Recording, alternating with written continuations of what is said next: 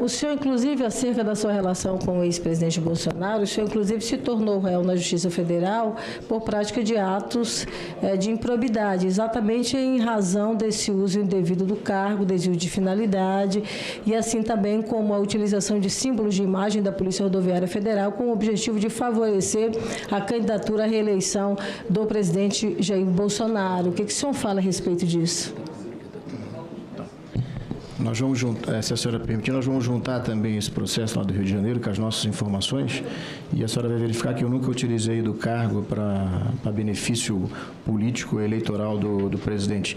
Se fosse assim, nós teríamos que afastar metade dos servidores públicos aí daquela época e hoje também. Como citei aqui, posso citar 10 autoridades hoje da PRF, 10 autoridades, que inclusive eu nunca, e nenhuma vez na história citei o nome do presidente Lula, nunca denegri a imagem dele, nunca falei nada, nunca postei nada contra ele, nunca. Porque, para um policial, ele é a autoridade, é o presidente da República. E as fotos que eu tenho com o presidente Bolsonaro é porque ele me permitiu tirar, utilizei na minha hora de folga e o cargo nunca postei na minha hora de folga, o cargo nunca foi usado em benefício meu e muito menos dele. E não seria eu também que ia mudar o resultado da eleição, né? O senhor acha, então, que essa ação não tem fundamento? Acho que não. Nem eu, nem meus advogados aqui. Tem até uma fé essa ação aí. Nós já falamos isso lá na nossa defesa, que teve uma fé na ação. Qual é a sua relação com o ex-governador Wilson, o ex-governador Wilson Witzel do Rio de Janeiro? Nenhuma. Nunca tive na casa dele, tive na sala dele uma vez para me apresentar, porque se tu é superintendente do Estado, tu tem que ir lá se apresentar. Quando eu assumi, em alguns dias ele já foi retirado do cargo e assumiu o então governador atual também, né, Cláudio Castro. O senhor chegou a integrar o Conselho da Empresa de Obras Públicas do Rio de Janeiro? Nunca. Ele tinha interesse de fazer a indicação, mas eu nunca assumi. Não tive interesse. EMOP, né? É isso? Empresa de Obras Públicas do Estado do Rio de Janeiro. O senhor nunca integrou esse conselho? Não, eu não cheguei a assumir. Ele me indicou, mas eu não cheguei a assumir. Foi ele próprio que lhe indicou? Obrigado, é o governador que indica, né? Mas o senhor não assumiu por quê? Porque eu não quis. O senhor recusou, então, essa indicação. Na sua gestão, tem um servidor, que é o Marcelo de Ávila, ele foi responsável pelo escritório de compras da Polícia Rodoviária Federal em Washington. Ele, em sua página pessoal, ele é apoiador do ex-presidente, postas fotos, inclusive, uniformizados, enfim, mas constam, por exemplo, do seu currículo que ele não teria as condições técnicas suficientes para que pudesse, na verdade, ocupar esse escritório da Polícia Rodoviária Federal em Washington. Qual a qualificação profissional dele para o cargo? Olha, ele fez grandes licitações na instituição, muitas.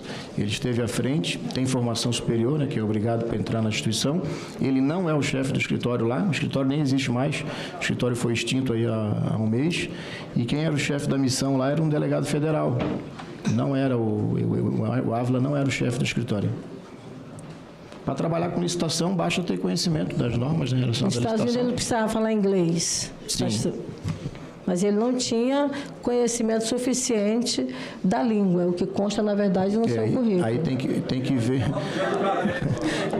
Um erro não justifica o outro, senador. Tinha que ver, senadora, quem que passou essa informação, porque ele foi aprovado nos procedimentos todos. Não, está aqui, eu estou com o currículo dele é público e consta, na verdade, a limitação dele em relação à comunicação. Para nós lá tem todos os certificados. Chegou para a gente lá e não sou eu que indico, tem que passar no Ministério da Justiça, todo um trâmite, Ministério de Relações Exteriores, passa na AGU. Então, assim, é todo um trâmite muito burocrático para um colega trabalhar em qualquer órgão do governo federal fora do Brasil.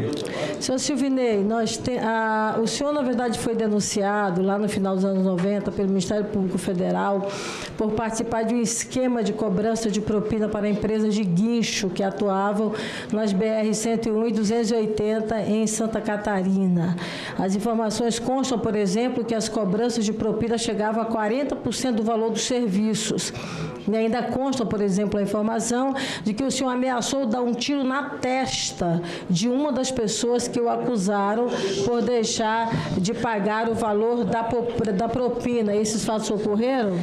Senadora, por isso que é importante sempre ler as coisas, né? A imprensa coloca lá o jargão e o pessoal vai na onda, né? Imprensa maldosa aí. Vamos lá.